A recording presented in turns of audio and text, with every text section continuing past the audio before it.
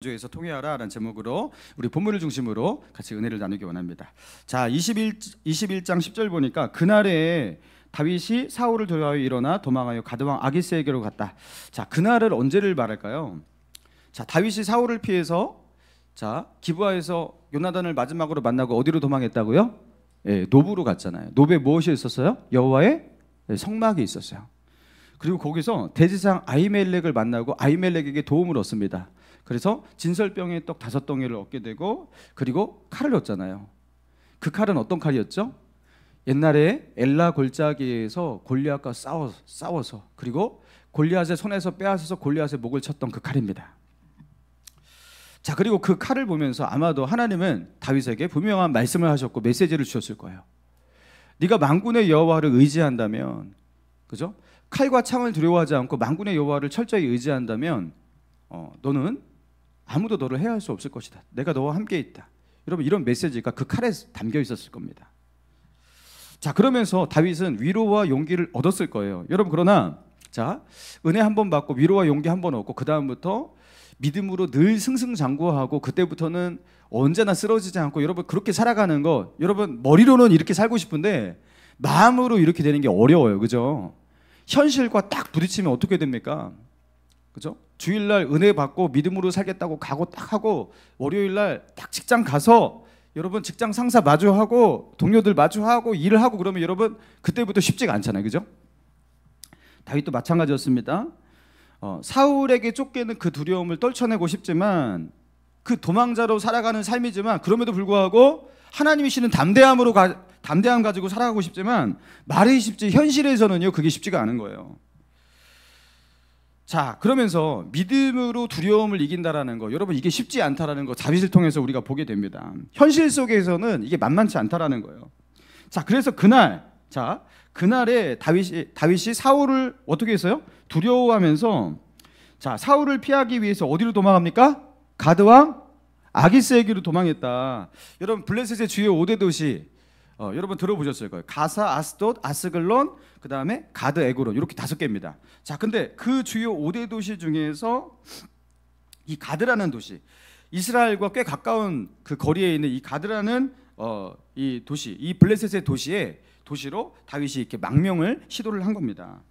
자, 그런데 이게 얼마나 어처구니가 없는 그런 판단이었냐면, 여러분 자신이 몇 년 전에 자신이 쓰러뜨렸던 그 골리앗의 출신이 어디예요? 여러분 기억하십니까? 사무엘상 17장 4절에 보니까 블레셋 사람들의 진영에서 싸움을 도두는 자가 왔는데 그의 이름은 골리앗이요 가드 사람이라. 여러분, 그 골리앗이 어디 출신이에요? 블레셋 가드 사람이에요. 가드 출신이에요. 여러분, 이 가드에서 이런 대단한 장수가 나왔어요. 그 블레셋을 대표하는 장수로 그렇게 그 완전 거인이었잖아요. 굉장히 유명한 사람이었단 말이에요. 자신들이 가장 자랑하고 의지하던 최고의 장수 골리앗이었습니다. 자, 그런데 그 골리앗을 앞세워서 블레셋이 이스라엘과 싸우려고 할 때 그 상대편에서 뭐 듣도 보지 못한, 그죠? 그 물매들고 나온 한 소년, 여러분 그 소년으로 인해서 골리앗이 쓰러지고 죽었단 말이에요. 그리고 그로 인해서 블레셋은요 이스라엘에게 패배하게 됩니다. 자, 그리고 그뿐만 아니에요. 그 이후에도 이 다윗이 이스라엘 군에 그렇게 등용이 되면서 다윗이 참전하는 모든 전쟁, 모든 전투에서 블레셋은 한 번도 이긴 적이 없습니다. 다윗이 등장하면 언제나 블레셋은 졌단 말이에요. 여러분, 그러니까 다윗이 블레셋 사람들에게 이게 유명해지겠어요? 예? 이게 다윗을 사람들이 뭐 이렇게 잘 모르고 뭐 그러겠냐고요. 여러분, 어떻게 이런 다윗을 잊을 수가 있겠습니까? 자, 그런데 다윗이 어쩌자고 피해도 그 가드로 피하냐라는 거예요. 예? 블레셋 사람들 가운데서 가장 그 다윗을 기억할 수밖에 없고 다윗에 대한 원한이 깊을 수밖에 없는 그 가드. 여러분, 그래서 바로 어떤 그 과정이 나옵니까? 11절 보니까, 자, 11절 같이 한번 읽어봅시다. 시작. 아기스의 신하들이 아기스에게 말하되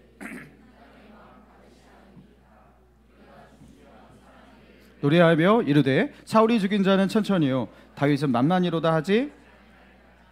여러분 다윗에 대한 이야기가요 어느 정도로 블레셋에게 회자되고 있었는지 여러분 가늠하게 만드는 구절입니다. 예전에 그 어느 날 다윗이 블레셋과의 전투에서 이기고 기브아로 이렇게 돌아갔을 때 여러분 백성들이 전승가로 이렇게 불렀던 그 노래, 사울이 죽인 자는 천천, 다윗이 죽인 자는 만만이로다. 여러분 이게 하나의 전승가 노래였단 말이에요. 여러분 근데 이 노래가요 사울이 정말 싫어해갖고 그 노래 부르지 마 해갖고 그 다음부터 대놓고 부르지 못했지만 이 노래가 아맘리의 밑에서 이렇게 퍼져 나가면서 이게요 블레셋 사람들도 아는 노래가 되었던 거예요. 다윗이 죽인 자는 천천, 아니, 사울이 죽인 자는 천천히요 다윗이 죽인 자는 만만이로다. 여러분 그러니까 이 다윗의 이 노래가 블레셋 사람 이 땅까지 이 사람들도 알고 있었다라는 거. 여러분 다윗이 얼마나 유명한 사람인지. 그리고 심지어 그 땅의 왕 다윗이 아니니까, 그러니까 사람들이 다윗에게는 만만, 사울에게는 천천히니까 더 높이는 사람이 왕 아니겠습니까? 그러니까 블레셋 사람들은 다윗을 왕으로 인식하고 있는 거예요. 그런데 그렇게 골리앗을 죽게 만들었던 사람, 그리고 매번 전쟁과 전투가 일어날 때마다 수많은 블레셋 사람들을 죽게 만들었던 그 장본인인 다윗이 어쩌자고 자기 발로 호랑이 굴에 들어가는 것인지, 자기 발로 잡아온 것도 아닌데, 그죠? 여러분 이런 상황을 두고 옛 현인들은 이런 속담으로 이런 것들을 일컬었어요. 그죠? 쓰레기차 피하려다 똥차에 치인다. 여러분 이런 속담 모르십니까? 예. 늑대 피하려다가 호랑이 만난다. 뭐 이런 거 꽤 많아요. 총알 피하려다가 폭탄 맞는다. 뭐 이런 거. 여러분 그런데 지금 이 상황은요 사실 다윗이 스스로 자초한 일이었단 말이에요. 누가 거기로 가야 된다 뭐 이래서 간 게 아니에요. 스스로 알아서 갔습니다. 무엇 때문에요? 사울을 두려워하는 마음 때문에. 사울의 칼날을 피하려고. 자신의 그 철천지 원수들이 그 자신을 향한 그죠? 보복의 칼을 갈고 있는 그 철천지 원수들이 살고 있는 그 소굴 안으로 자기 발로 걸어 들어갔습니다.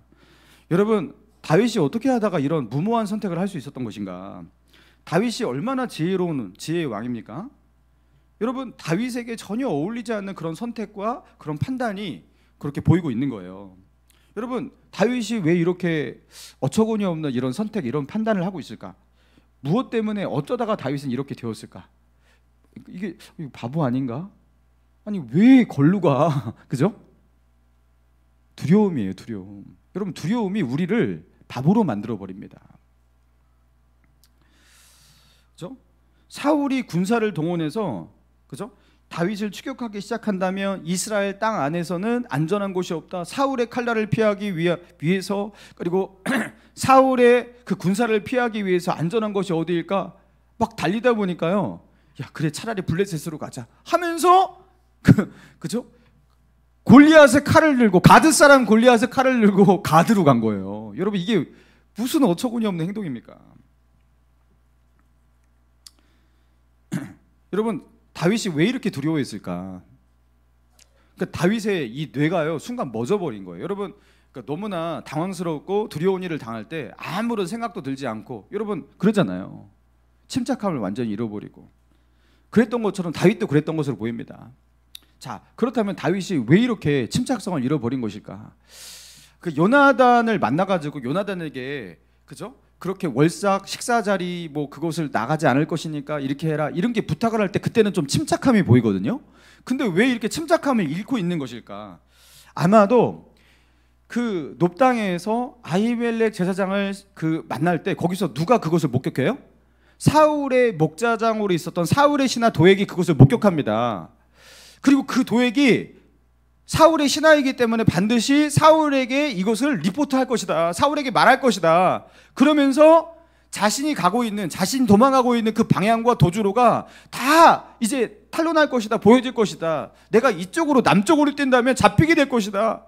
어디로 가도 소용없어. 피할 수 없어. 그러면서 그 두려운 나머지 자신을 향해서 칼을 갈고 있는 여러분 블레셋 땅으로, 심지어 가드 땅으로 그렇게 넘어간 거예요.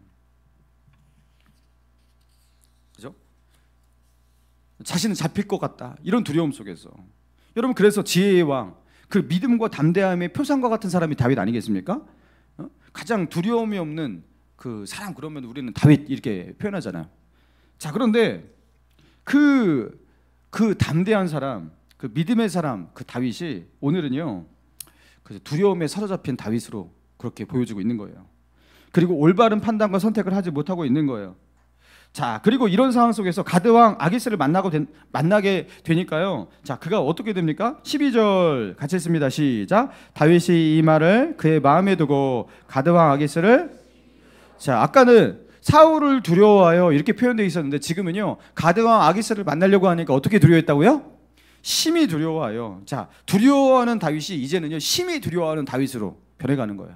우리 안에 들어온 이 두려움, 염려는요 더 큰 두려움과 염려로 그렇게 확장이 되는 겁니다. 자, 그런데 반전은 그 다음에 일어납니다. 13절. 그들 앞에서 그의 행동을 변하여 미친 채 하고 대문짝에 그적거리며 침을 수염에 흘리매. 자, 다윗이 갑자기 연기를 하기 시작하는데 미친 사람 연기를 하는 거예요. 자, 그러면서 대문짝을 막 그적거려 거리는 거예요. 그죠?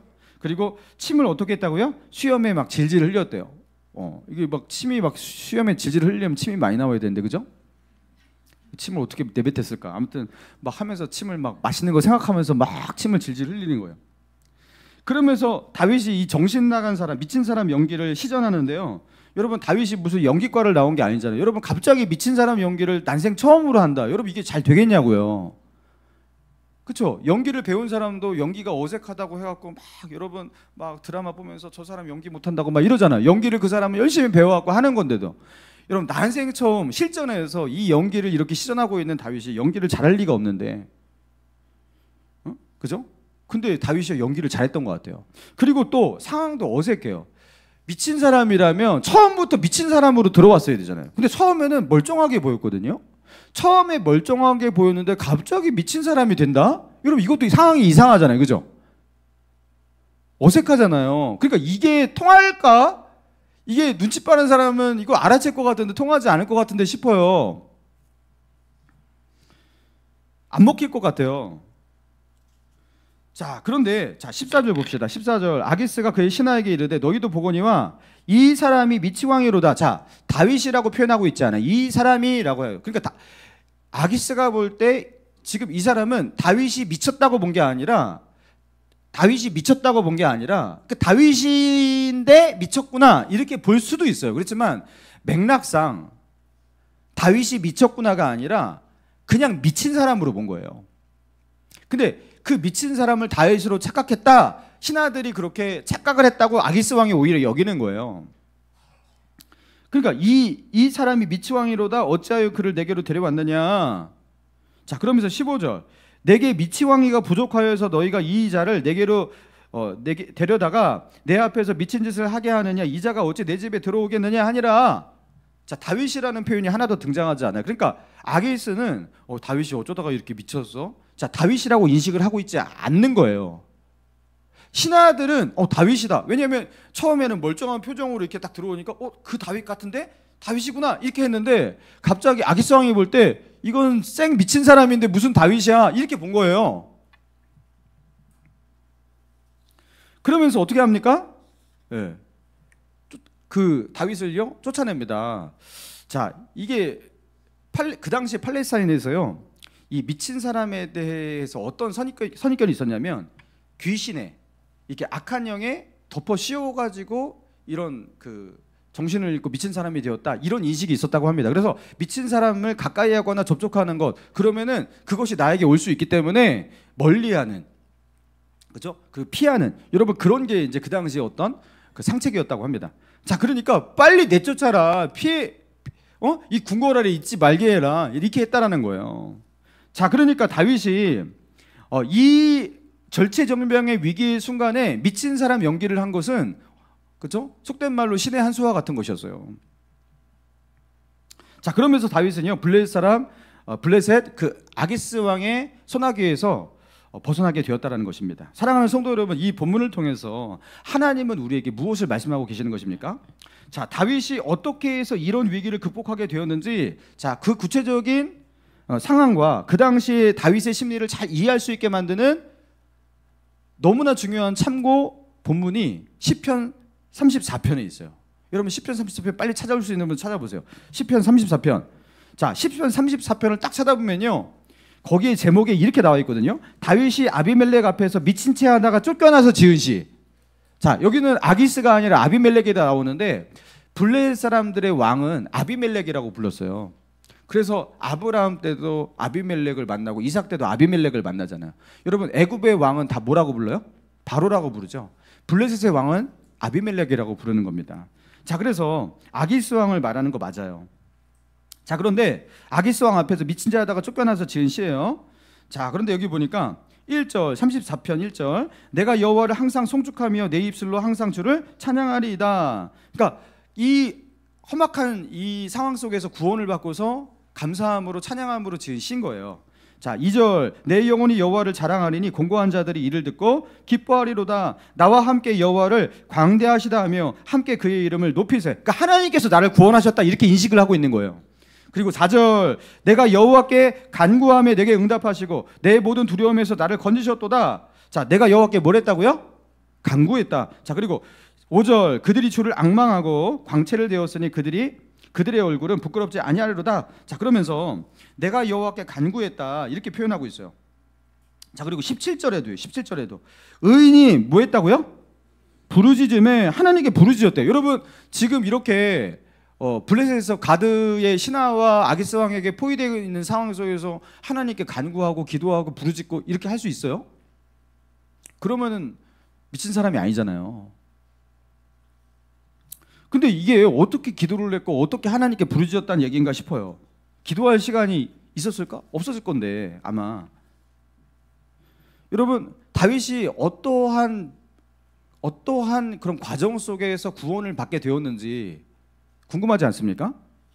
여러분, 이 의문을 해소시키는 구절이 18절이에요. 34편 18절 시작. 여호와는 마음이 상한 자를 가까이 하시고 충심으로 통회하는 자를 구원하시는도다. 여호와는 누구를 가까이 하죠? 마음이 상한 자를 가까이 하시고, 자, 누구를 구원하신다고요? 충심으로 통회하는 자를 구원하시는도다 이렇게 나와 있어요. 자, 하나님은 마음이 상한 자에게, 그리고 충심으로 통회하는 자, 통회라는 것은 회개를 말하는 거예요. 그죠? 충심으로 통회하는 자에게 구원을 베푸신다. 자, 그러니까 지금 하나님의 구원을 노래하고 있는 이 다윗이 갑자기 마음이 상한 자, 충심으로 통회하는 자, 자, 그것을 고백하고 있다는 거예요. 자, 그러니까 지금 아기스 왕에게 사로잡혀서 절체절명의 위기 속에 빠져든 그 이유가 무엇입니까? 자, 블레셋의 그 가드 땅으로 하나님께서 그리로 가라고 피하라고 해서 거기 간 게 아니에요. 이거는 자기 스스로 본인이 사울의 칼날을 피하기 위해서 나에게 안전한 곳이 어딜까 하면서 허둥지둥 대다가 쫓기는 마음 가운데, 그 불안한 마음 가운데 정신없이 그냥 달려간 곳이에요. 자기를 보호해 줄 사람이 사울의 대적인 블레셋 사람이리라 이렇게 생각하고 그냥 달려간 거예요. 그러니까 사울의 나라 안에 살면서 죽을 것 같은 그 두려움이 있으니까 사울의 나라 밖으로 도망가자 이러면서, 그러면서 그죠? 그 호랑이 굴로 들어가게 된 겁니다. 여러분, 이 두려움에 휩싸이니까 다윗이 상황 판단을 잘 못했던 거잖아요. 그리고 그 두려움 속에서 사고를 친 거잖아요. 그리고 신하들이 아기스 왕에게 건네는 그 말을 들었을 그 찰나에 다윗이 잘못 왔구나, 내가 여기 온 거 잘못 왔구나, 여러분 그때 깨달아졌던 거예요. 그리고 그 잘못이라는 것이 내가 순간 잘못 생각했구나 이 정도가 아니었던 거예요. 이 시편 34편 18절의 고백을 보니까 여호와는 마음이 상한 자를 가까이 하시고 충심으로 통회하는 자를 구원하시도다. 다윗은요, 그 순간 어떻게 한 거예요? 자신의 잘못을 뉘우쳤던 거예요. 내가 왜 이런 선택을 하고 이런 잘못을 했을까? 사울을 두려워했기 때문에, 그 사울의 칼날을 두려워하고, 예전에 너는 칼과 창으로 내게 오지만, 너는 피지컬로 나에게 그렇게 오지만, 무기를 가지고 나에게 오지만 나는 만군의 여호와의 이름으로 나간다 하면서 두려움을 이겼던 다윗이었는데, 그죠? 지금은 그 사울의 칼날을 크게 두려워합니다. 그리고 그 두려움이 다윗으로 하여금 이런 선택을 하게 만들었고 이런 궁지로 몰아넣게 된 거예요. 그러니까 다윗다운 모습으로 다윗이 살지 않았어요. 그러면서 다윗이 경험하고 있는 최대 위기인 겁니다. 내가 어디에서 문제가 시작되었는지 다윗은요, 그 순간 바로 깨달아진 거예요. 그러니까 하나님이 그것도 주신 은혜죠. 여러분, 나의 죄가 무엇인지, 나에게 무엇이 문제인지 자신의 영적인 문제를 바로 알게 되는 거, 이거 하나님의 은혜입니다. 할렐루야. 하나님의 은혜예요. 내가 하나님을 두려워하지 않고 하나님을 의지하지 않고 내가 사람을 두려워하고, 그리고 사람을 두려워하는 그 마음 속에서 지금 잘못된 선택을 하고 있구나, 사고를 쳤구나. 그는 영적인 지각을 가지고 알아차렸어요. 그리고 그 속에서 아마도 밖으로 부르짖는 건 아니지만 속으로 부르짖었을 것 같아요. 하나님 도와주십시오. 그죠? 그 순간에 하나님, 제가 잘못했습니다. 제가 하나님을 의지하지 않습니다. 주님 도와주십시오. 여러분 그 찰나의 순간에도 여러분 위기를 당하실 때 여러분 기도하시기 바랍니다. 그 순간에도 여러분 회개할 수 있어요. 주님 잘못했습니다. 제가 잘못 생각했습니다. 제가 교만했습니다. 제가 하나님을 의지하지 않았습니다. 제가 하나님이 기뻐하지 않는 그런 마음을 가지고 살았습니다. 주님 잘못했습니다. 그리고 통회하는 마음, 그죠? 상한 마음, 그걸 가지고 하나님께 나아가요. 여러분 그러면 자, 하나님 앞에 이 상한 마음을 가지고 회개하는 사람들, 그래서 하나님과의 관계 속에서 정상적으로, 그죠? 하나님과의 관계가 회복될 때 여러분 그 마음 가운데 무엇이 일어납니까? 여러분 그렇게 하나님을 찾게 될 때 여러분 그 마음 가운데 뭐가 임합니까? 여러분 하나님의 평안이 임하잖아요. 여러분 이거 영적인 사람들은 다 아는 사실이에요. 하나님 앞에 고집하면서, 그죠? 고집하면서 자기의 길로 가고, 그러면서 사고치고, 그러면서 문제가 생기고, 그러나 거기서 나의 잘못이 무엇인지를 깨닫고 회개하고 돌이킬 때 여러분 그때 그 마음 가운데 슬픔이 계속 있습니까? 두려움과 염려가 계속 있습니까? 아니잖아요. 하나님과의 관계가 회복이 되면 이상하게 기이한 평안이, 그죠? 기이한 평안이 이상하게 마음 가운데 이전의 마음과 다른 마음이 내 안에 들어온다는 거 여러분 많이 체험했잖아요. 그죠? 두려움이 사라집니다. 안정된 마음이 들어옵니다. 침착해집니다. 그러면서 이상하게 눈을 떠서 자기의 상황을 이해하고 해석할 수 있는 여러분 그런 힘이 생깁니다. 여러분 죄를 청산하고 하나님과 관계가 회복될 때 모든 사람에게 일어나는 현상이에요. 여러분 다윗에게도 그런 일이 일어났던 거예요. 그러면서 다윗이 할 수 있는 게 없잖아요. 그 상황 가운데 다 붙잡혀 있는데. 근데 다윗이 그 순간 자신이 할 수 있는 최고의 선택을 하는 거예요. 그죠? 저들이 나를 아주 지저분해서 내다버릴 사람으로 그렇게 인식할 수 있도록 어떻게 하는 거예요?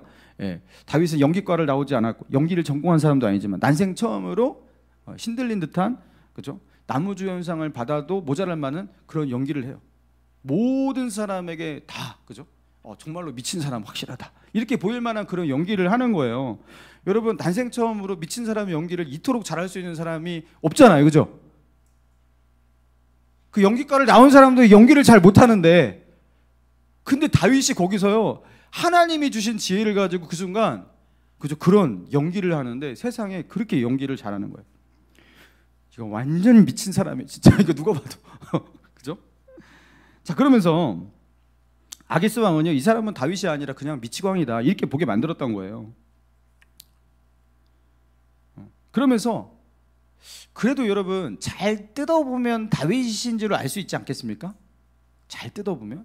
여러분 그런데 하나님께서 아마도 눈을 가려주시는 은혜도 있었던 것 같아요. 보아도 보지 못하고 들어도 듣지 못하게 하는, 그렇죠? 하나님께서 눈을 가려주셔요. 그런 하나님의 기적의 도우심이 있었던 거예요. 그러면서 다윗은요 기가 막힌 웅덩이와 수렁에서 하나님의 건지심을 경험하게 되는 겁니다. 자, 잠언서 29장 25절에 보니까 사람을 두려워하면 올무에 걸리게 되거니와 여호와를 의지하는 자는 안전하리라. 자, 따라해 봅시다. 사람을 두려워하면 올무에 걸리게 되거니와 여호와를 의지하는 자는 안전하리라.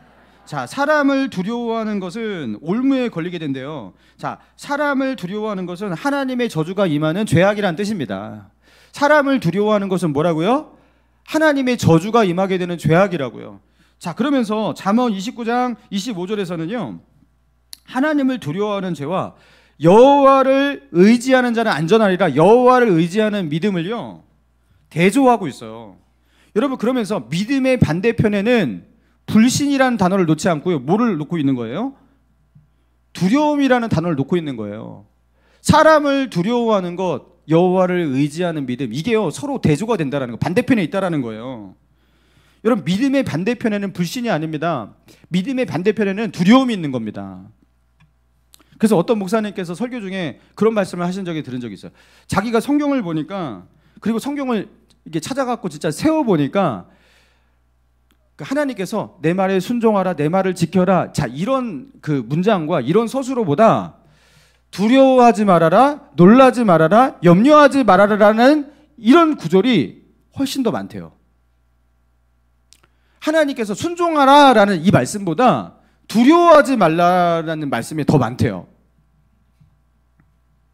여러분, 아브라함에게 하나님께서 나타나셔서 나는 너의 지극히 큰 상급에 너의 방패니까 아브라함아 뭐 하지 말라?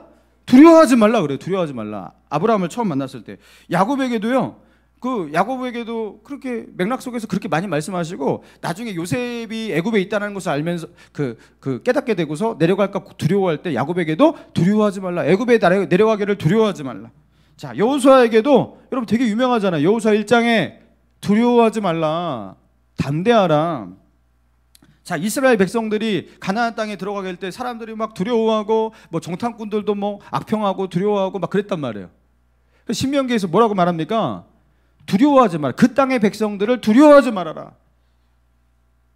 자, 그리고 이스라엘 백성들이 전쟁으로 나갈 때 하나님께서 그들에게 주신 어떤 그 규칙이 있었어요. 뭐냐면 그들을 절대로 적군을 두려워하지 말라고 그랬어요.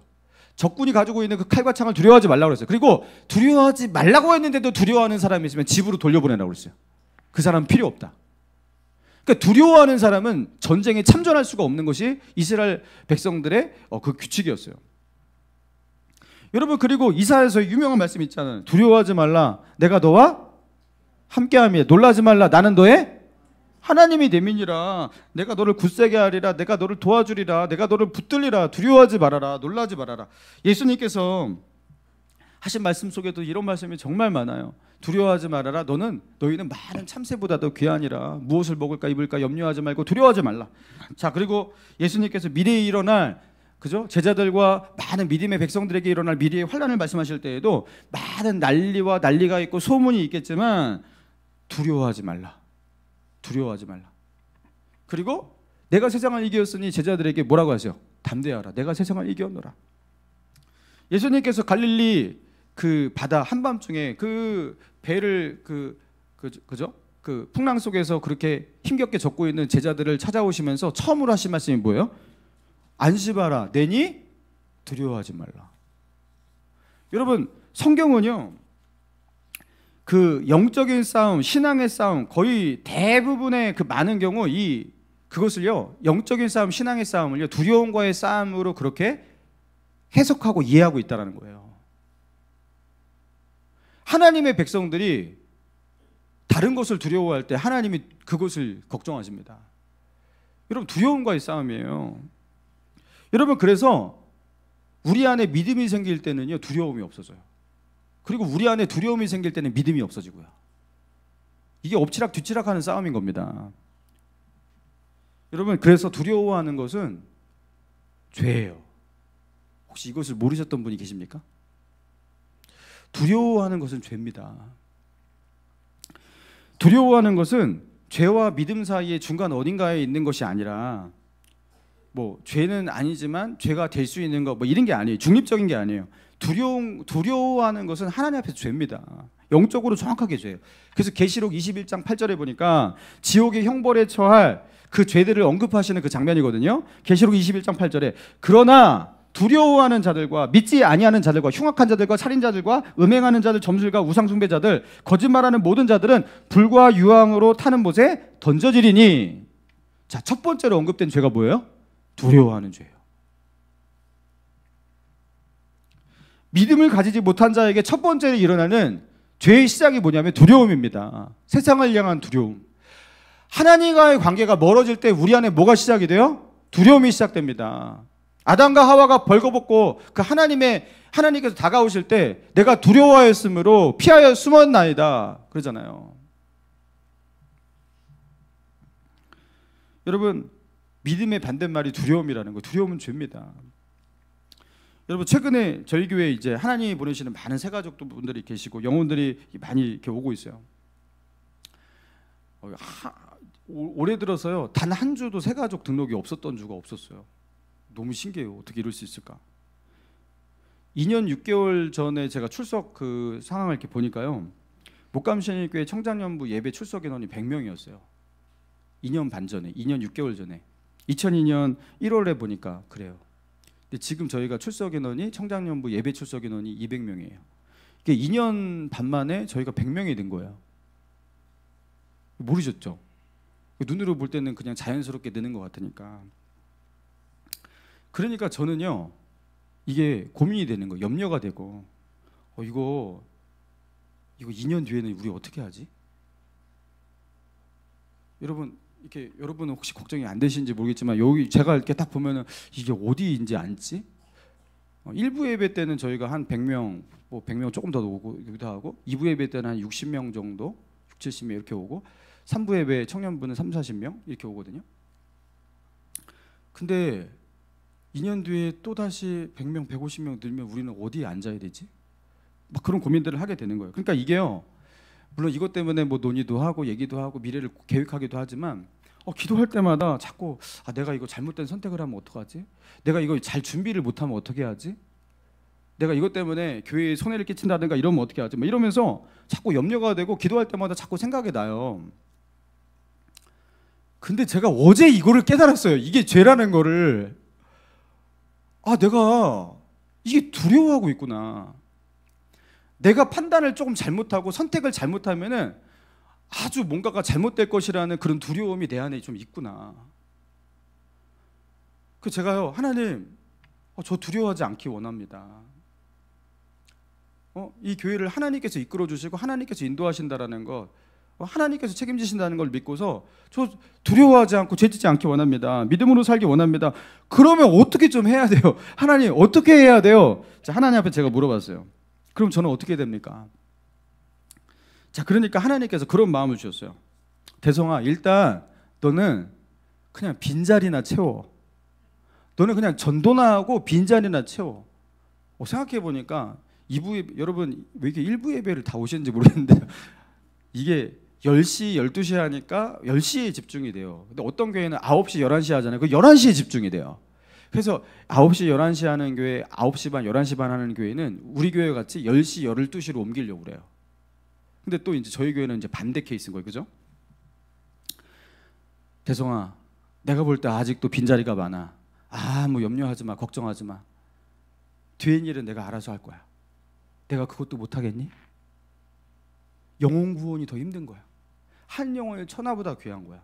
너는 거기에 집중해. 이게 하나님이 주신 음성이라고 제가 믿었어요. 받았어요. 주님 두려워하지 않겠습니다. 마음이 평안해지더라고요. 이러면서 또 두려워해 다시. 계속 싸워야 돼. 계속 싸워야 돼. 두려워하는 건 죄니까.